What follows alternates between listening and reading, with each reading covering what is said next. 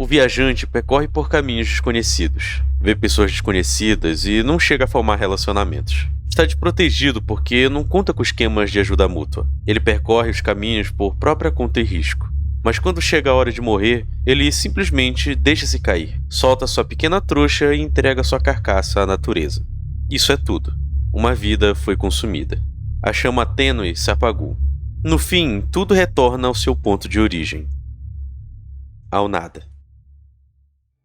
Opa, que é o Thales do Futuro, eu só queria dar 2 avisos rapidinho. O primeiro é que eu tô com uma voz um pouquinho estranha porque eu fiquei meio gripado nos últimos dias. E o segundo aviso é que esse vídeo aqui vai ser o último vídeo analisando os episódios da série em si, porque o próximo que lançar vai ser finalmente o último episódio de Monument Mitos, onde a gente vai fazer um redux juntando todas as informações e uma mega explicação. Então sim, nesse roteiro desse vídeo aqui, vocês vão perceber que eu vou deixar de citar alguns vídeos. Tipo, eu vou analisar eles aqui, mas eu vou deixar de dar uma explicação sobre ele especificamente aqui nesse vídeo, porque ele já tá mais longo do que deveria, e se eu for parar para explicar essas coisinhas aqui, eu vou ter que explicar tudo. Então, é melhor deixar essas coisinhas explicadas tudo no Redux, que vai ficar tudo organizadinho. Então, vocês já sabem, né? Não adianta comentar lá embaixo falando que o Alex esqueceu, isso aqui não faz sentido, sendo que, sim, faz sentido. Tá tudo lá nesse roteirinho do Redux que eu preparei já, e vai estar tudo explicadinho. Então, tenham paciência, meus camaradinhos. Como sempre, tenham paciência. Enfim, basicamente isso. Vamos logo começar.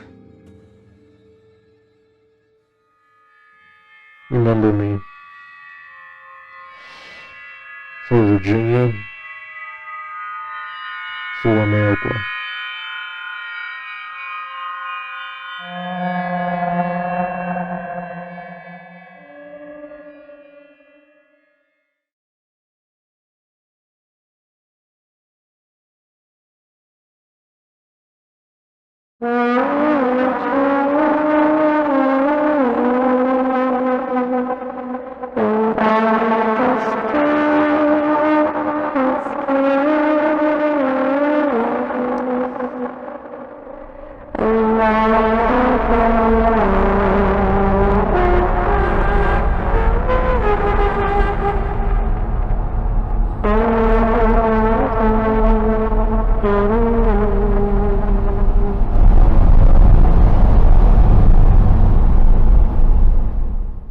Logo de cara, dá pra perceber que a mera existência dessa nova temporada e das gravações apresentadas por ela são um mega mistério em si. As 2 primeiras temporadas tiveram como foco total os eventos que posteriormente levariam o mundo do Jimverso a ser completamente destruído pela Serpente com Chifres. E, bom, essa frase já diz tudo. O planeta Terra foi completamente destruído, o que basicamente significa que aquilo foi um ponto final para toda a narrativa que a gente conhece, sem contar que o Nixon Verso é literalmente outra dimensão criada a partir do poder da Serpente com Chifres antes dela morrer ou simplesmente se desfazer. Então, com isso em mente, o que exatamente vai ser isso aqui? O vídeo começa com o Leonard Moulin falando a frase final dita por ele lá em Alcatraz Apocalipse, pouco antes dele se matar usando fogo. No entanto, aqui ele acaba não citando a existência do pequeno Everett, o seu próprio filho. Isso pode ser um erro proposital ou não, o fato é que o objetivo real de trazer de volta a existência do Leonard serve para trazer à nossa memória a previsão que ele fez lá na sua última transmissão. O Morlin diz que o Kitonauta A iria receber informações e iria apresentar elas para as pessoas do nosso universo depois do apocalipse que iria acontecer no dia 22 de fevereiro de 2022. E isso leva a gente diretamente para a indicação do episódio de hoje, que nos mostra que no dia 20 de fevereiro de 2022, a Serpente com Chifres ficou em completo silêncio. Enquanto no dia 22, a data que ocorreria o apocalipse, a Serpente começou a cantar uma nova canção. Isso por si só é bastante misterioso, porque em nenhum momento a gente teve indicações de que a bendita serpente cantarolava ou fazia algum som. E na realidade, o único TFMD que realmente demonstrou esse comportamento eram as árvores especiais. Tanto que no poema onde elas são apresentadas, o eu lírico meio que cita uma canção que elas supostamente teriam cantado. E ok, eu não vou continuar seguindo com esse mar de dúvidas e perguntas, porque a Até esse ponto a gente sabe muito bem que as árvores especiais servem como passagens dimensionais lá para o País das Maravilhas, que também são chamadas de metaestruturas, enquanto o Ninho da Serpente também serviria como passagem para a metaestrutura. Então é muito possível que essa canção seja algo mais relacionada com o País das Maravilhas do que com o próprio TFMD, que no caso é a serpente. Mas, de todo modo, como é Monument Mythos, as coisas ainda ficam ainda mais bizarras e complicadas. O trecho seguinte do vídeo apresenta pra gente uma gravação em uma ligação telefônica feita pelo jornalista Howard Melrose, aonde ele,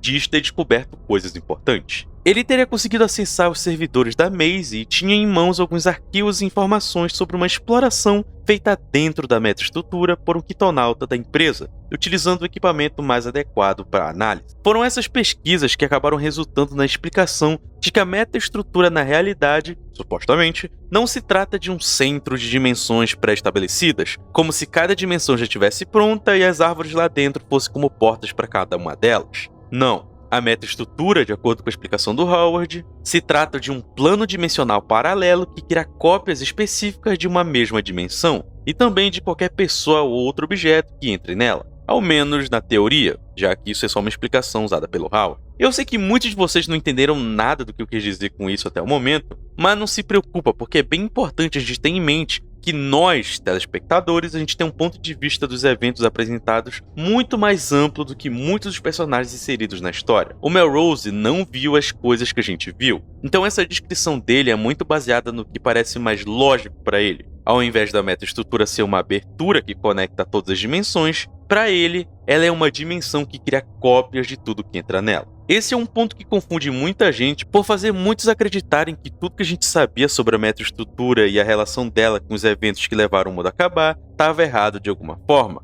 Mas não. Esse diálogo do Morlin apenas confirma pra gente que algumas pessoas dentro daquele universo já estavam tentando entender o que caralhos o País das Maravilhas era. E qual era a sua função? Basicamente sendo só um pouco de fermento para dar mais vida a esse universo criado pelo Alex. De todo modo, o jornalista continua contando que a metaestrutura gera cópias de tudo que se mexe lá dentro, revelando também que um outro explorador, identificado como Quitonauta C, havia sido enviado para estudar o local, porém ele encontrou a sua própria cópia e isso o matou de algum jeito. Por fim, esse episódio se conclui com uma gravação de algo se movendo entre as árvores especiais dentro da metaestrutura. Assim como também somos apresentados a uma figura humanoide presente acima do Monumental Washington, agora em ruínas.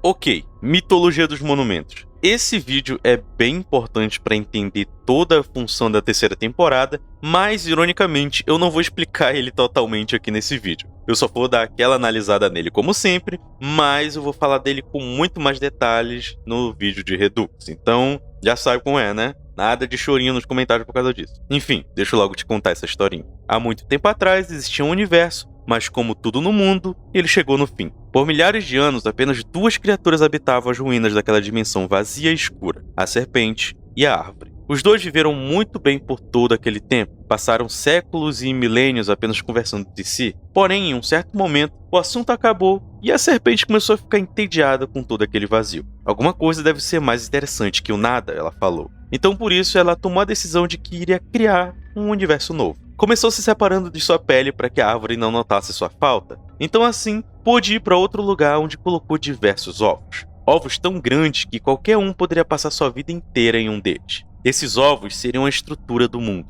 Os planetas, asteroides e tudo aquilo que pudesse ser habitado. Em seguida, ela colocou ovos de deuses. Ovos que dariam à luz a seres absurdamente poderosos, capazes de ajudar a organizar os elementos do universo recém-nascido. Por último, a serpente então colocou ovos com plantas e animais. Ovos que, ao se chocarem, seriam a vida dos mundos que habitariam o universo, dando luz a muitas outras árvores e muitas outras serpentes. Com o tempo, vários desses ovos de vida e criação caíram em um pequeno ovo conhecido como Terra. Um local tão violento e cruel que a entidade mais poderosa de lá era a Entropis, a deusa do caos e da entropia. Ela era um ser absurdamente superior, no entanto, não era a única a habitar a Terra. Junto a ela viviam também seus 4 amigos deuses. Simultan, deusa do sucesso, Oredort, deusa do tempo, Centimac, deus da emoção, e Mortaleth, o deus da morte. Entropis, apesar de poderosa, ainda era justa e queria que sua posição fosse legítima e fruto do seu merecimento. Sendo assim, a deusa do caos deu a todos os seus 4 amigos chances iguais para que a tirassem do trono, o que por puro respeito não aconteceu. De qualquer forma, a própria Entropis sabia que o caos era uma força incontrolável, e ela mesma acabaria sendo vítima da desordem do universo. Sua profecia, infelizmente, acabou se provando ser real. Enquanto vagava pela região de Gizé, Entropis foi repentinamente atingida por um raio com poder anormal, que só pelo seu impacto acabou por decapitar a deusa, que imediatamente caiu morta na areia, em uma região conhecida como Terra das Crianças da Serpente. A área era habitada por 3 filhotes da serpente que criou o mundo, e logo as irmãs encontraram a enorme cabeça sobre o solo. É Entropis, a deusa caída, disse uma delas. As 3 pequenas serpentes estavam com a cabeça do ser mais poderoso do mundo bem na frente delas. Então rapidamente começaram a bolar um plano curioso, onde elas entrariam na cabeça decepada e seguiriam até os deuses para os enganar e assim ganharem muito mais poder. Mas ainda havia um furo nesse plano, pois assim que os deuses descobrissem sobre a armação, as 3 filhotes iriam perder seus poderes imediatamente. Então, a solução mais óbvia para esse problema seria simplesmente matar os deuses e manter todos aqueles poderes para si. Mas como se mata um deus? Foi com essa pergunta em mente que as 3 irmãs seguiram até a Terra dos Homens para pedir ajuda. Disfarçadas como Entropis, as serpentes se encontraram com 3 tipos diferentes de humano: o fazendeiro, o guerreiro e o avançado. Então mentiram dizendo que os deuses estavam irritados, iriam destruir os humanos caso algo não fosse feito. Por medo de serem machucados, os homens então construíram um enorme colosso de pedra e vidro feito com areia que foi atingida pelo poderoso raio que matou Entropis, o vidro de Gizé. O colosso foi chamado de Pirasma e logo foi levado pelas serpentes até o reino dos deuses. Estando lá, as serpentes, fingindo ser Entropis, contaram que estavam feridas e que os humanos a deram um presente na forma daquele colosso ornamentado. Os deuses, preocupados com a sua rainha, logo trataram de banhar a cabeça decepada com poder divino, o que deixou as 3 irmãs absurdamente poderosas. As irmãs agradeceram pela gentileza, então apresentaram aos deuses seu belo presente, Pirasma, que em um piscar de olhos queimou todos os deuses até a morte. Agradecidas pela colaboração, as serpentes então presentearam Pirasma com o poder da vida a todas as estátuas criadas na Terra dos Homens. E assim começaram os milênios e íons de crueldade e injustiça que compunham o reino das 3 serpentes. Em certo ponto, elas pensaram que não podiam mais manter aquela aparência de filhote. Então seguiram para outros ovos mundo para que pudessem crescer. Uma repousou em um ovo muito quente e morreu queimada viva. Outra repousou em um ovo muito frio e congelou até a morte. Mas a última adormeceu em um ovo com equilíbrio perfeito entre calor e frio, e assim permaneceu dormindo dentro dele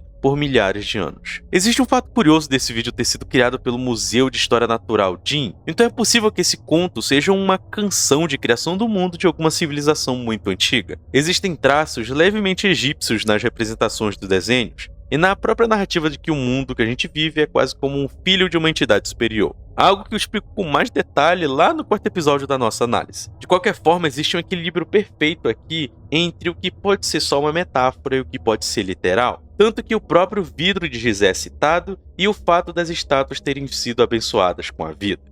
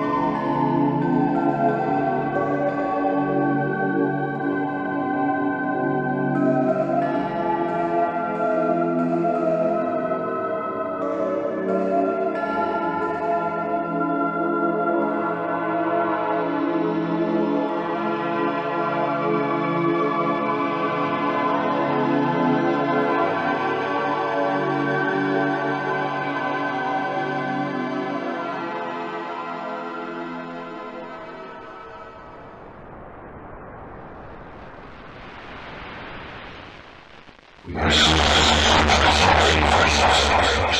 We are sorry.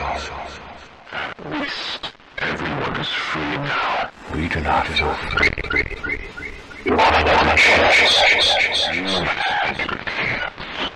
Infinite death in Egypt. All I have is a suggestion for you, Angel. Divide yourself until you no longer can. Some of your particles will trickle randomly through the fabric of time in every direction. Learn how Soul Division contains the past, present, and future.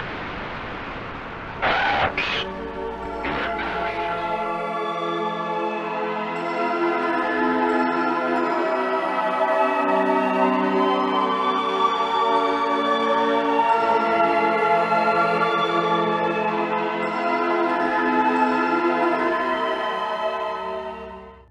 Esse vídeo é bem bonito parando pra pensar. Os eventos que levaram o fim do mundo que a gente viu lá na segunda temporada não apresenta de fato o que o anjo fez após o combate que ele teve com a Liberdade, mas também não deixa claro o que aconteceu com ele. Tudo que a gente sabe é que no dia 22 de fevereiro, o Kitona Taa teria que estar em outra dimensão para levar as informações sobre o fim do mundo. E é por isso que esse episódio é tão importante, porque aqui a gente tem uma alteração absurda na linha do tempo que a gente conhece. Porque não só o Kitona Taa conseguiu salvar o anjo do sofrimento dele, o dando uma possibilidade de se dividir em várias moléculas para desfazer aquela sua forma, como também ele acaba sendo responsável por uma reação física no tecido do tempo. E calma, eu sei que tu não entendeu e realmente não precisa entender. A gente só precisa ter em mente que essa ação realmente deu certo. E o poder do anjo conseguiu mudar completamente a sequência de eventos, dando para a Terra mais um dia. A gente tem mais algumas informações sobre o papel do anjo nessa terceira temporada no vídeo que foi publicado posteriormente, que é chamado de After Angel.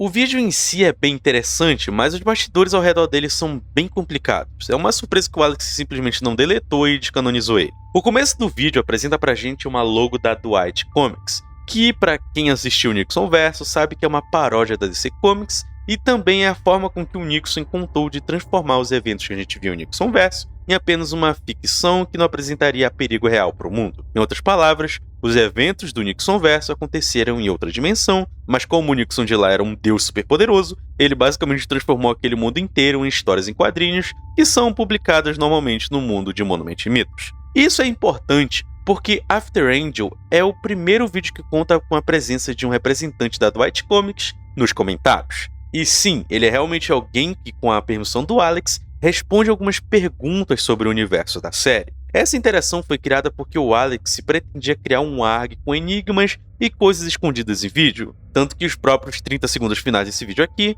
contam com um enigma que até agora não foi solucionado. Então, por causa disso, o Alex simplesmente desistiu logo dessa ideia e deixou o representante como um personagem recorrente. Uma das perguntas que ele respondeu para o público era o fato do anjo ter sangrado ou não com o golpe, o que ele revelou ter sido plasma e não sangue. Mas enfim, não vamos perder muito tempo com isso, mas sim tentar entender o cacete que aconteceu nesse vídeo. Aqui a gente volta para a Operação Americana que iria matar tanto o anjo quanto a Liberdade. Aliás, no vídeo anterior a gente viu que o anjo venceu essa luta, já que a gente vê a cabeça da estátua decepada sobre o solo. Mas por outro lado, nesse vídeo aqui, a gente percebe o contrário, a gente tem um anjo se entregando para receber o golpe final. Mas por que essa diferença? O Kitonauta A diz que a divisão do anjo poderia alterar o passado, presente e o futuro por conta dos efeitos das suas moléculas no tecido do tempo. Então é possível que ao fazer isso, o anjo tenha voltado para o momento em que enfrentou a Liberdade, por saber que aquela era a sua última e única chance de finalmente conseguir descansar, finalmente alcançando a sua paz através da lâmina de vidro da estátua viva. Esse, teoricamente, seria o sacrifício final daqueles soldados vítimas da casa, podendo finalmente decidir qual era o seu destino. Aliás, aqui é o Thales do Futuro, eu sinto que eu deveria explicar um pouco melhor o que o anjo fez aqui. A minha interpretação sobre o que o anjo fez exige que a gente tenha um pouco em mente o Dr. Manhattan do Watchmen, porque o Dr. Manhattan de Watchmen, ele tem total conhecimento sobre o que aconteceu, o que acontece, o que vai acontecer, né? Ele consegue ver o passado, presente e o futuro, tanto que todo o drama dele lá no Watchmen é o fato de que ele não consegue ver o futuro. Então, uma das duas, ou ele vai morrer ou o mundo vai acabar. Então, basicamente, eu sinto que o anjo, quando ele se dividiu molecularmente, meio que a consciência dele foi compartilhada entre todas as versões dele, do passado, presente e futuro. Então o anjo do futuro conseguia saber da mesma coisa que ele, e o anjo do passado também. Como não tinha futuro, já que o mundo foi destruído, a consciência dele foi toda pro anjo do passado, que pôde saber o que ia acontecer, então pôde tomar uma decisão diferente. Então foi basicamente isso que aconteceu. Ele não literalmente viajou no tempo, mas sim foi como se a consciência dele tivesse voltado no tempo, tá ligado? Uma parada assim. Enfim, não sei se eu tinha necessidade de explicar isso, mas não é bem uma explicação, é só minha interpretação. Enfim, bora continuar.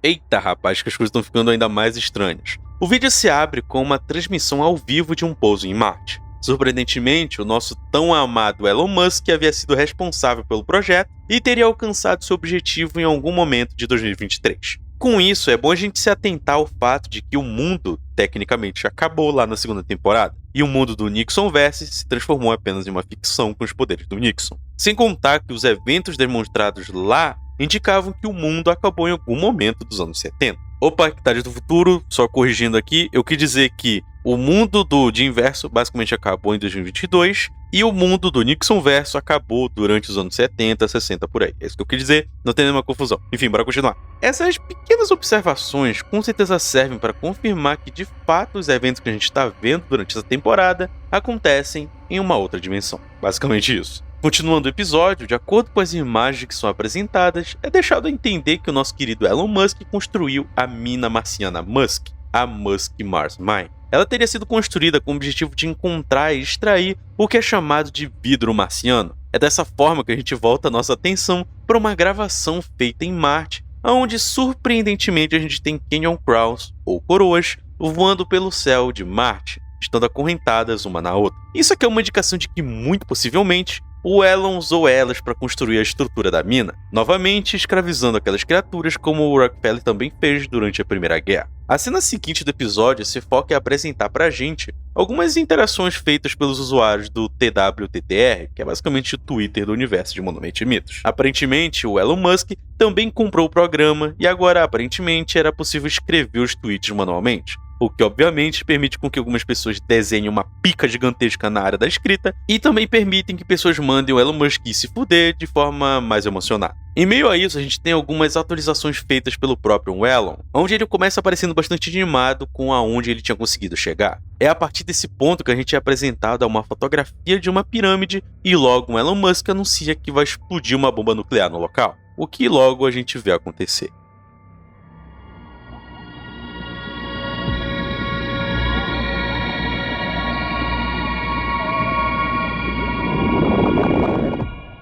É extremamente provável que a bomba tenha sido jogada ali para tornar mais fácil a extração do vidro de Marte, mas independentemente disso, logo a gente é apresentado a uma fotografia da área bombardeada, não só revelando que as pirâmides ficaram intactas, como também deixando claro que existem torres debaixo delas. Caso tu não se lembre, isso é uma clara referência ao episódio Stereo Sphinx, lá da segunda temporada, onde a gente tem indicações de que as pirâmides de Gizé eram TFMDs, que contavam com torres construídas ao redor das árvores especiais que cresciam na região. O fato das mesmas torres existirem em Marte pode indicar mais de uma coisa. Uma delas é que existem árvores especiais em Marte, a outra é que existe ou existiu vida inteligente em Marte, a terceira é que a cultura de Marte é extremamente parecida com a dos egípcios, a quarta é que o vidro de Marte possa ser a mesma coisa que o vidro de Gizé e criado do mesmo jeito, a partir dos raios gerados das árvores especiais, e a quinta é que muito possivelmente os egípcios de Marte e os egípcios da Terra possuam alguma conexão,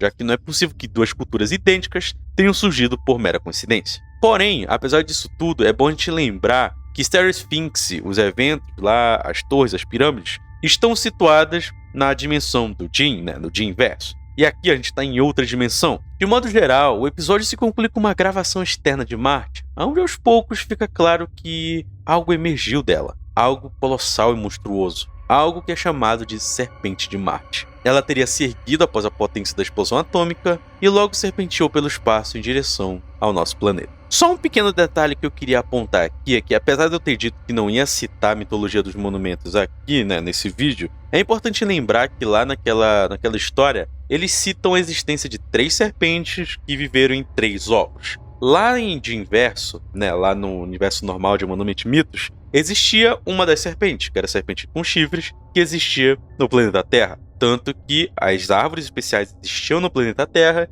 e as pirâmides também existiam lá. E é interessante ver que aqui, nessa outra dimensão, existe também uma serpente que vive em Marte, no planeta quente. E aparentemente é bem possível que essas árvores especiais só existam em Marte, não existam no planeta Terra, dessa outra dimensão. Outra coisa que eu também acho bem curiosa é que, assim como no Dia Inverso, onde a serpente com chifres acordou depois que o anjo explodiu, que basicamente criou uma explosão atômica, a serpente marciana também acordou com uma explosão atômica. Basicamente indicando que o tema central de todos esses eventos é o fato de que a humanidade acaba repetindo os mesmos erros, não importa qual seja a dimensão. Eu acho isso interessante. É só o que eu queria levantar aqui, algo para deixar para reflexão aí, e enfim, bora continuar.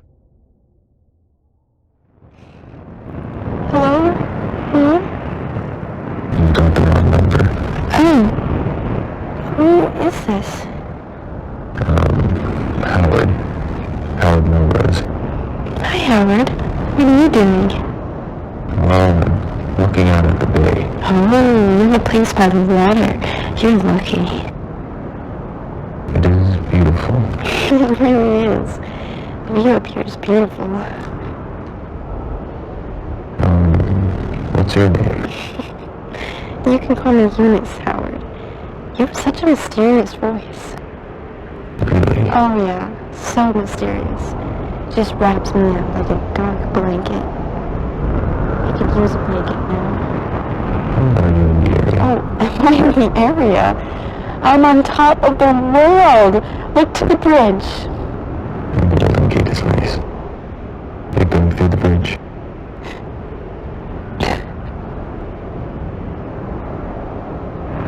Say my name when you're lonely. make me sound so mysterious. Okay. Call me whenever something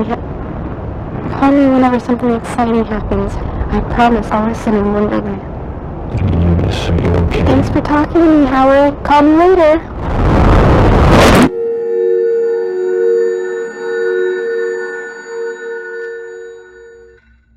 Bom, esse diálogo inteiro é bem sombrio, não só pelo clima estranho que existe nesse momento, como também pela clara indicação de que a Eunice teria se jogado da ponte Golden Gate. É possível acreditar que esse evento tenha acontecido muito antes de tudo que a gente viu nessa temporada, à medida que no primeiro episódio dessa temporada e lá em Lincoln Lucas, lá na primeira temporada, a gente tem um Howard ligando para Eunice para revelar suas descobertas, mesmo sabendo que ela não estava mais viva. De todo modo, é curioso ver que ela cita a metaestrutura da serpente com chifres, como se ela tivesse algum conhecimento sobre as alvas especiais e o envolvimento dos Estados Unidos com as TFMDs. Esse trecho inteiro é bem sombrio e triste, mas felizmente, para acalmar nossos corações, a gente é apresentado a uma gravação de uma ligação feita entre o nosso amado James Dean e Montgomery Clift. Fazendo aquela clássica contextualização histórica, o Monty foi um ator americano famoso nos Estados Unidos que teve seu lugar na fama entre 1946 e 1966. A sua fama não estava necessariamente na sua beleza ou carisma, mas sim na sua habilidade de atuação, a ponto de ser considerado um dos atores mais talentosos da sua época. No fim, assim como o Dean, ele também teve uma morte trágica devido a problemas de saúde que tinha desenvolvido por causa do álcool excessivo que ele consumia. Então, faleceu sozinho em seu apartamento em Nova York em 1966. De todo modo, na gravação que a gente é apresentado, a gente pode ouvir o James Dean dizendo que não poderia concorrer à presidência. Não fica muito claro o motivo para isso, mas ele diz que as pessoas não gostavam mais dele. Então Monty, por ser amado por todos, seria um presidente melhor que o Dean jamais poderia ser.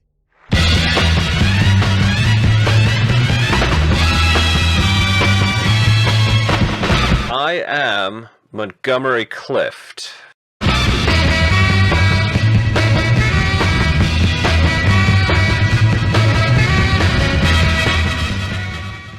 Sabe essa mensagenzinha no final do vídeo? Ela faz referência ao fato do Mr. Manticore ter realmente feito uma votação como uma enquete na aba comunidade dele. E como dá pra ver, obviamente o Clift venceu. Mas vamos com calma, ainda existem alguns detalhes que precisam de uma explicação. Então vamos começar com o fato mais óbvio. Nesse universo, o Dean nunca chegou a ser presidente, o que por si só já é uma diferença muito grande com o universo das temporadas anteriores. Enquanto em Monument Mito a gente viu uma história toda sob o ponto de vista do Dean verso, agora a gente está finalmente vivenciando os eventos do Montiverso. São dimensões diferentes, entendeu? Ok. Mas o que exatamente fez o Dean desistir de concorrer à presidência? Basicamente, nos comentários do vídeo, a conta da Dwight Comics sempre aparece para responder os comentários com uma piadinha, lembra? Porém, em um comentário com uma teoria absurdamente complexa, a DC simplesmente comentou o seguinte: essa é uma ótima teoria, infelizmente a realidade é mais simples. Eunice é a irmã mais velha do Jimmy.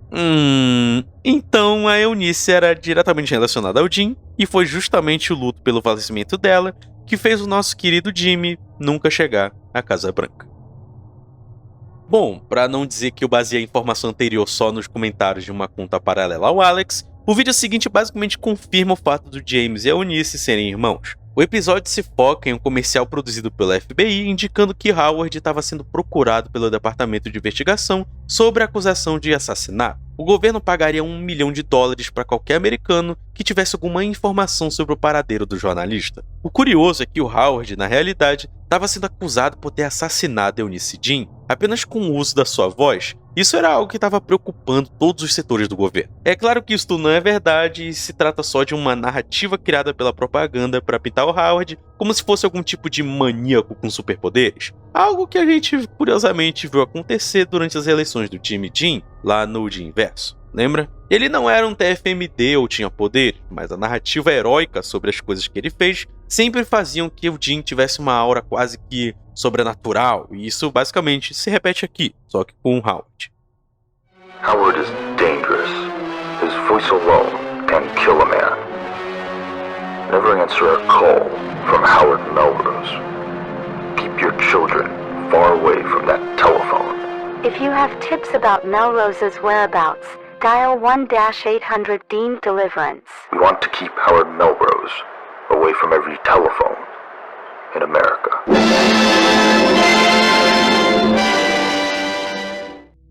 O foco seguinte do episódio passa a ser um relatório feito pelo agente especial Rod Sterling sobre as últimas informações que havia conseguido. Aparentemente, o Howard havia juntado todas as suas coisas e havia seguido até o aeroporto assim que soube que estava sendo procurado. Sterling chega a se referir diretamente a James Dean, que agora era vice-presidente do país, pedindo para que ele se acalmasse e tentasse não ficar obcecado por se vingar do homem que supostamente teria matado sua irmã. Em certo momento, o agente diz que era melhor parar com a brincadeira de usar a Força Aérea 2 para caçar um simples homem. Mas assim que essa brincadeira é citada, o James Dean já não estava mais no telefone. Mr. Vice President, are you there?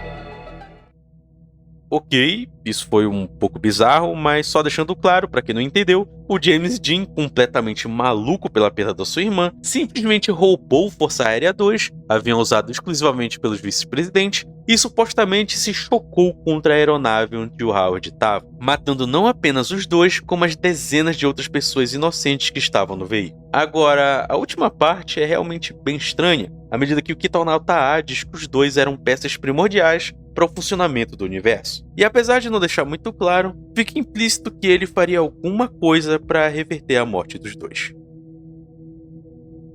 Ok, esse vídeo é bastante interessante. Ele começa com a apresentação de uma missão feita pelo governo para determinar o nível de uma condição chamada de Síndrome da Metaestrutura Americana, presente dentro da metaestrutura da serpente marciana. O que por si só confirma que aquela serpente é uma equivalente à serpente com chifres que existe no Universo. Dessa forma, a gente vê uma pequena animação do processo necessário para a conclusão da missão. A gente vê o Kitonauta C sendo colocado em uma cápsula, em uma nave chamada USS George Washington, e mandado até o planeta vermelho para ter acesso à dita metaestrutura. E é a partir daqui que as coisas ficam curiosas. Ao entrar na dita metaestrutura da serpente marciana, o Kitonauta C começa a adentrar o campo de árvores especiais em um cenário com uma coloração extremamente avermelhada. A gente vê ele avançar aos poucos e, vagarosamente, o cenário vai mudando até se tornar a mesma metaestrutura da serpente com chifre, que conta com um cenário completamente em preto e branco. E mais, a última mensagem do Kitonauta C foi: "O espaguete nos mandou de volta para casa. Estamos no País das Maravilhas. Tem uma criança aqui também."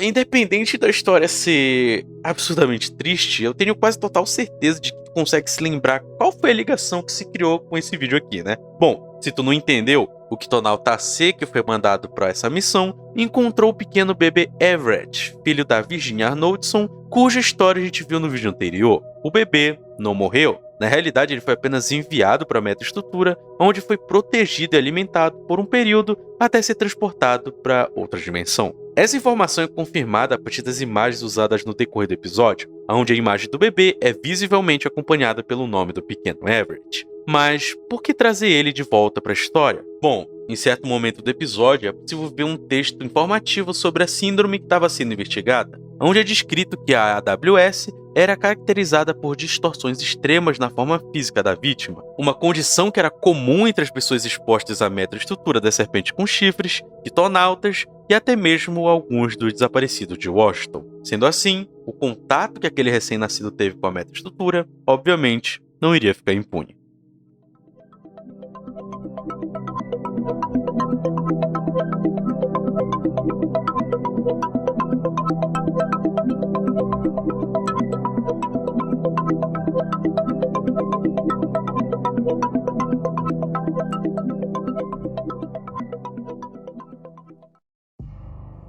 O tema desse vídeo em si é verdadeiramente um caos. Então, como os eventos descritos aqui possuem mais importância no seu subtexto, eu vou tentar resumir. Basicamente, depois do desaparecimento do James Dean no acidente que matou milhares de inocentes, o governo começou a construir uma plataforma próxima à Estátua da Liberdade. Ninguém sabia o que era aquilo, então rapidamente os cidadãos americanos começaram a se preocupar. Em certo momento, cadeiras foram instaladas na plataforma e propagandas com fotos dela em diversos ângulos eram mostradas todos os dias na televisão. Esses comerciais foram um sucesso e se tornaram parte da rotina dos cidadãos daquela época. As coisas começaram a ficar levemente preocupantes quando bombas começaram a ser instaladas por todo o terreno da ilha. Boatos sobre um suposto teste nuclear começaram a se espalhar e pessoas começaram a fugir das proximidades para não serem atingidas pelo impacto. Crianças repentinamente começaram a desaparecer. Pessoas começaram a soltar seus animais de estimação. O presidente dos Estados Unidos era uma mulher e repentinamente as bombas ao redor da estátua explodiram, fazendo com que um holofote iluminasse a plataforma. Entendeu alguma coisa do que eu acabei de descrever? Não. Deve ter percebido que nada do que eu disse agora tem conexão uma com a outra. E tudo bem, isso de certa forma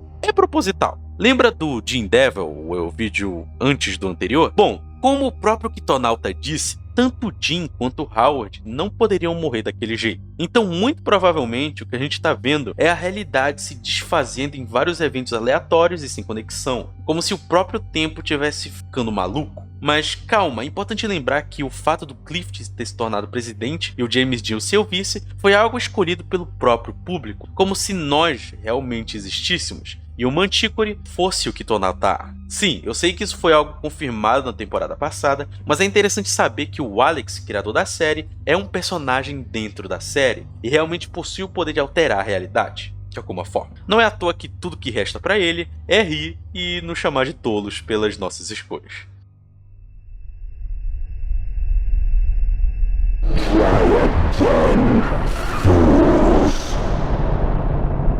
My disappointment is vast. I had to save a goddamn teenager from being murdered by the vice president. Yet you still support Mr. Dean. Grief makes monsters, and monsters stay in power. Yet you still see me as the monster. Why don't you look in the mirror sometime? If I continue to exist, I will continue to be disappointed. If I let you exist, you will continue to be a disappointment. How about we make a simple deal, you fools?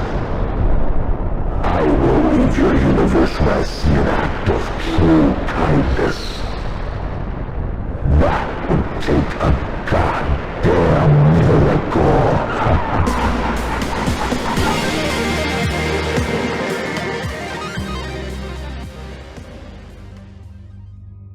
Aqui é o Thales do Futuro também, deixando só uma anotaçãozinha. Eu, no começo, não gostei desse episódio, porque, como eu disse, ele não tem sentido, sabe? Ele é propositalmente feito pra não ter sentido nenhum. Nenhum dos eventos tem conexão entre si. Então parecem só coisas aleatórias sendo jogadas. Só que agora, analisando melhor e lendo o roteiro, eu vi que esse episódio é bem interessante mesmo. Porque a gente não tá nessa época, mas a terceira temporada toda foi feita com uma interação intensa do Alex com o público. Então, toda essa parada das eleições terem sido decididas por uma enquete no canal dele e isso ter meio que zoado os planos que ele tinha pra série é algo interessante, porque, como eu disse, o Alex é o Kitonal Ta'a. Então, basicamente, ele indo com o anjo e alterando o passado e fazendo a parada, é basicamente o Alex dando só uma desculpa dentro da série pra fazer o que ele quiser. Então, basicamente, o que ele tá fazendo aqui foi literalmente uma vingancinha dele com o público, porque talvez ele não quisesse que o Clift ganhasse, talvez ele quisesse que outro cara ganhasse, pra história seguir de outro jeito, mas como a galera votou no Clift, ele fez essa sacanagem aí só pra zoar todo mundo, tá ligado? E eu realmente achei isso interessante, tá ligado? Porque, querendo ou não, faz sentido com o que já foi apresentado, então não é só uma coisa aleatória, apesar do episódio ser apresentado assim, né, como algo aleatório. Mas enfim, vamos continuar. Bom, esse vídeo inteiro é contado sob o ponto de vista de ninguém menos que o pequeno, não tão pequeno, Everett.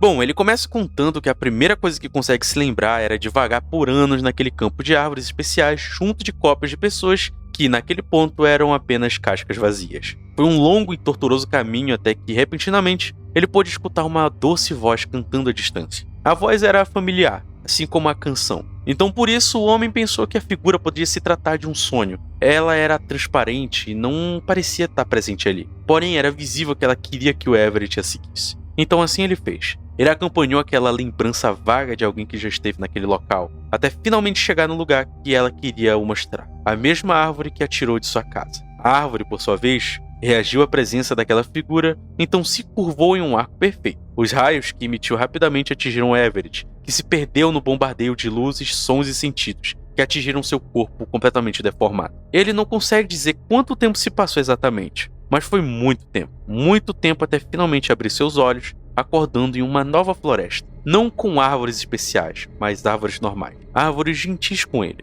A lembrança que o guiou até ali libertou Everett do inferno onde nasceu. Mas ela não poderia o seguir. Ela era apenas uma criação do País das Maravilhas. Uma casca de alguém familiar que já se foi há muito tempo. Foi naquele momento que o Everett pôde ver algo ao longe. Havia luzes e fúria de um inferno inteiro ali. Era como uma luta que queimava o espaço e o tempo a cada golpe. Ele sabia que era algo importante. Ele havia nascido no inferno e não queria que mais ninguém tivesse que passar pelo mesmo que ele havia passado. E naquele momento, Everett assumiu para si o objetivo de proteger tudo e todos.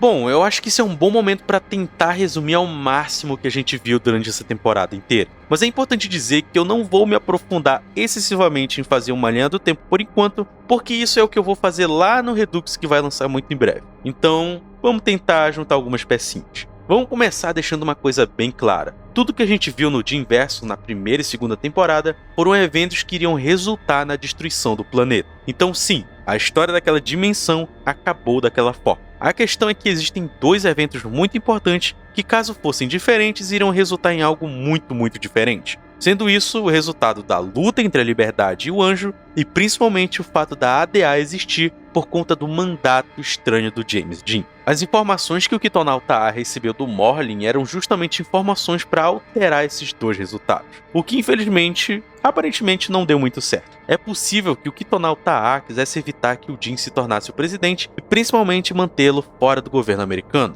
o que acabou não acontecendo quando as eleições deram vitória ao Montgomery Clift, permitindo que o Dean se tornasse vice-presidente. Esse fato fez com que o Kitonal Ta'a tentasse alterar o tempo novamente, mas isso acabou resultando em um caos temporal onde nenhuma ação fazia sentido ou tinha alguma diferente na corrente temporal de eventos. De todo modo, tudo que a gente viu durante a temporada tem acontecido em uma outra dimensão, uma dimensão exatamente parecida com o que a gente viu no dia inverso, incluindo o fato de que nesse universo existe outra serpente despertada, a serpente marciana, que por culpa da ganância de um bilionário mimado, tinha despertado e a cada dia se aproximava cada vez mais da Terra. A peça perfeita para que a história que a gente viu lá em Dia Inverso se repetisse mais uma vez. A maior diferença do multiverso são justamente as mudanças nos eventos causados pelo Kitonauta, inclusive o combate contra a Liberdade. O primeiro combate acontece em Dia Inverso, onde o anjo decapita a Liberdade e morre em uma explosão que destrói a crosta terrestre, junto de todo o universo. Mas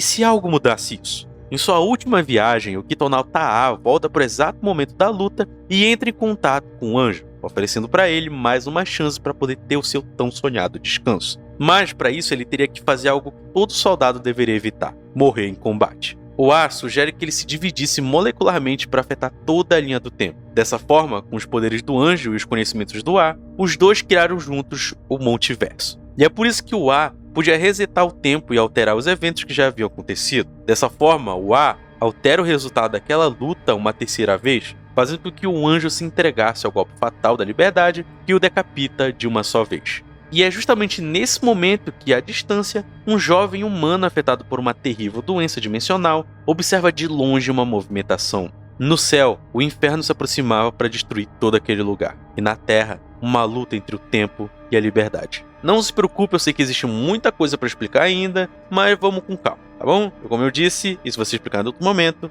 então vamos só seguir pro final.